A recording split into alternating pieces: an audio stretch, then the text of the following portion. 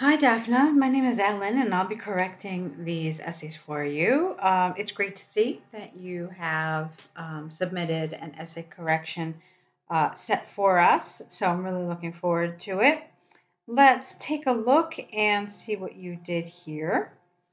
The first one is about the international students at British universities. Let's see what you wrote.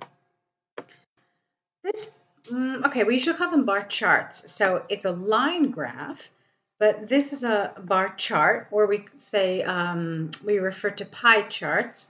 Okay, so just try to keep these straight. That this is a bar chart. So this bar chart illustrates the enrollment of international students in British universities comparing year 2009 and 2014. Okay. Few cities, such as Huddersfield and Brighton, are outstanding. Let's see. Huddersfield, okay, and Brighton. Okay. Indeed, the percentage of pupils in Huddersfield has risen. Let's see. Okay. From approximately 1 to 3%. Manchester has also presented a remarkable improvement, starting from 6 foreign students to 8%. Brighton is also remarkable for its top position in this graph. In fact, it is ranked in 2009 and 2014 as the university possessing the highest number of international students, although Birmingham's percentage of international students has jumped in 5 years. It is also interesting to notice that certain cities, such as Liverpool, remain steady, and that other cities, such as Cardiff, has seen their number of foreign students drop from 2009 to 2014. Okay. Except from the previous case mentioned, this data shows a general increase of international students in British universities. Okay. So I really wanted to get to the end of this to see it kind of holistically. And there's a lot that I want to say, okay? I thought it was really interesting that you didn't use any paragraphing at all. It's just one lump of text. So the first thing I'm going to suggest for you to do is to use paragraphs. Now, typically in a task like this, you want to have 3 paragraphs. So the first paragraph should be your introduction, okay? So this sentence here. And then the other thing I would have done, and I always recommend this to students, even though it doesn't necessarily matter, but I do suggest it, I a variety of reasons why. I would have put your overview right after the introduction. Another thing I would have done with your overview is I would have signposted it appropriately. So what I mean is start your overview with the word overall. This way there is no doubt and there is no sort of confusion, so the examiner knows that yes, this in fact is my overview. So this bar chart illustrates the enrollment of international students in British universities comparing year 2009 and year 2014. Overall, the data shows a general increase of international students in British universities. Okay, and then you switch paragraphs. So, like I said, you should have 2 detailed paragraphs. And this is when you have to make some important decisions about where and how to organize your data. And so you have to look for trends. And there are a lot of different things that you can do. So let's take a look at how you could divide these. One thing that I find always helps me when I'm deciding how to organize, and just in general, using these numbers along the side, I find is really, really very helpful. So the way I would possibly divide this is I would use this number 6 as my guide. Okay, what do I mean? I mean, well, I'm going to have 2 paragraphs, right? So I would separate the schools that had 6 and over in one paragraph. And then in another paragraph, I would talk about the ones that had 6 and less or 6 and fewer. I'm not saying that it's a perfect organization, but it certainly at least helps you kind of organize. Uh, there are a couple of other ways you could have done this. So for example, that's one way, right? So I use this number 6 and I said, okay, that means I'm going to talk about 1, 2, 3, 4, and 5 in one paragraph. And in my second paragraph, I'm going to talk about 1, 2, 3, 4, and 5. Okay? Another way to organize this is to talk about the highs and lows in one paragraph. All right. And then those middle numbers that you just kind of smush together, you can talk about them in a separate paragraph. So what do I mean? I mean that in one paragraph, I would talk about Brighton and Leeds. I would also talk about Huddersfield and Cardiff. Okay. And then in the next paragraph, I would just kind of smush the rest of them together. So I'd probably have one sentence about this, and then I would have one sentence about that. Okay. Because those figures are actually all kind of similar. So that's a little bit about how you can organize. Those are just 2 suggestions on how you can do this. And that's one of the things I found. Like, I didn't really understand your organization. So you started off with Huddersfield. I didn't understand why. And then you talked about Brighton. But again, I didn't understand why. And it wasn't clear to me. So only down here did you mention Brighton. Okay. So typically what we do in these charts is we do start with the highest number. Okay.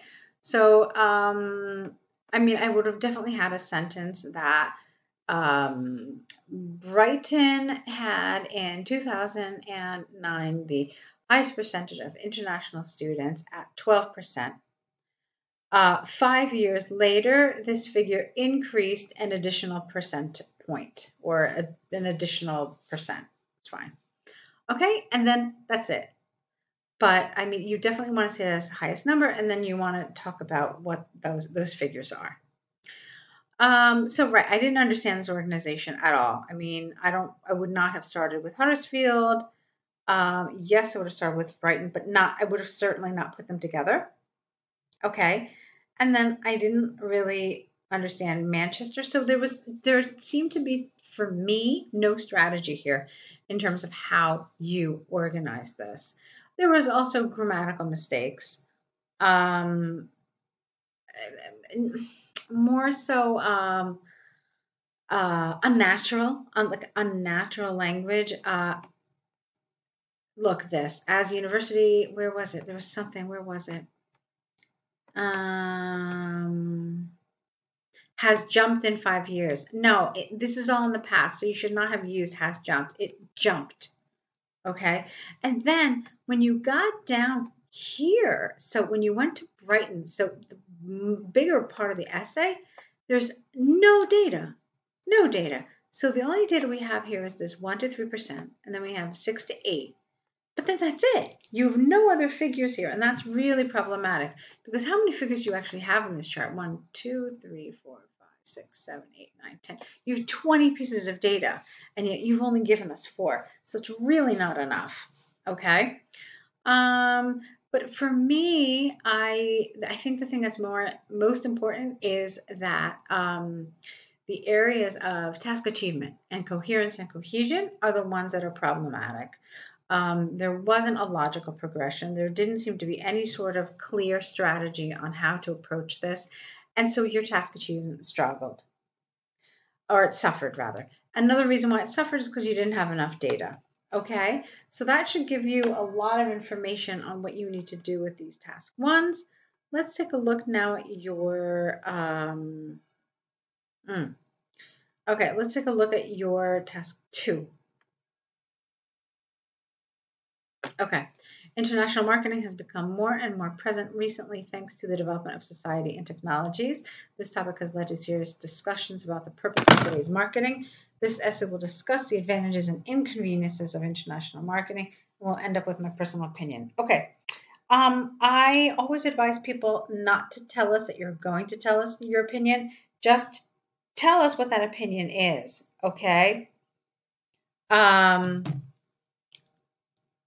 So it's much, much better to do that because that will help you express your position throughout the response. And that's an important component of getting a band 7 in task achievement. Okay, so tell me what your position is. Don't just tell me that you're going to tell it to me. Okay, and also we don't really say this, advantages and inconveniences. We just say advantages and disadvantages. So those go together. All right, let's keep going. First of all, it is undeniable that international marketing takes more and more part in every counterpart's life. All right, here you've got some vocabulary problems. International marketing plays a bigger and bigger role in every person's life.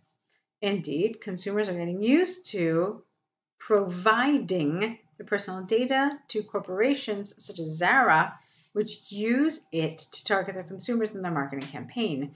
This data can be given either online, either in physical places such as the Zara shop. Therefore, advertisement has evolved into constant contact with potential buyers in order to convince them to spend, consistent with this line of thinking. It is true that marketing is invasive to people. However, this does not undoubtedly mean that international marketing harms the country as a whole. All right, this paragraph isn't about international marketing. You're talking about marketing, but there's nothing about it that talks about international marketing. So I really want to encourage you to look up what international marketing is, and you'll see that this paragraph isn't really about international marketing. I mean, you spent quite a bit of time talking about data and convincing people to spend, but that's not what they're asking you to talk about, okay? It's actually quite different. So do take a look at what international marketing is, and you'll see that some of this is really off topic. Let's keep going. In fact, there is overwhelming evidence that international marketing plays an important role in the development of societies. International marketing usually leads to the acquisition of objects directly connected or not with the culture of its country of creation.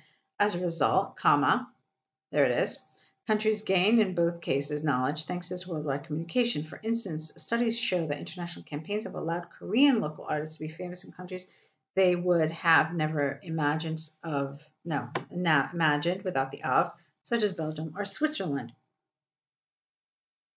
Okay. This felt better, but we'll talk about it in, you know what, let's just talk about it now. Spreading ideas, language, and culture. It's an inexpensive, it's an economical form of education. You didn't really talk about all that. You talked about the acquisition of objects, and they don't ask you to talk about objects. They ask you to talk about spreading ideas, language, and culture. So I don't really know about that. And then it's all kind of theoretical. You didn't really tell us how it does that. So it was better, but it still didn't really quite get to the nucleus of all of this, okay? Let's see. As a conclusion,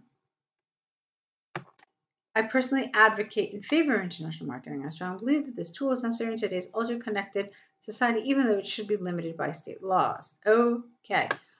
All right. Yeah, so I already told you that I thought this was problematic, your first body paragraph. I thought this was better, but still didn't really quite catch it. So I really think that, and you said you want to get an LLM. So I know that the IELTS score for those programs is usually really rather competitive, really rather high. I'd really like to see you on the online course. I think that you're going to need a lot of the structure and a lot of the information that's going to be available there because you've never taken the exam before. I do want to see you doing something very comprehensive. I think you'll find it very, very beneficial. It'll change your writing. It's just going to, completely revamp the whole thing and take it to another level. Please see if that's something you can do. You've got a great goal, okay, trying to get into an LLM program and obviously taking IELTS for that. So let us help you get on that path, okay? Best of luck to you. I hope we see more of your writing in the future. Good luck.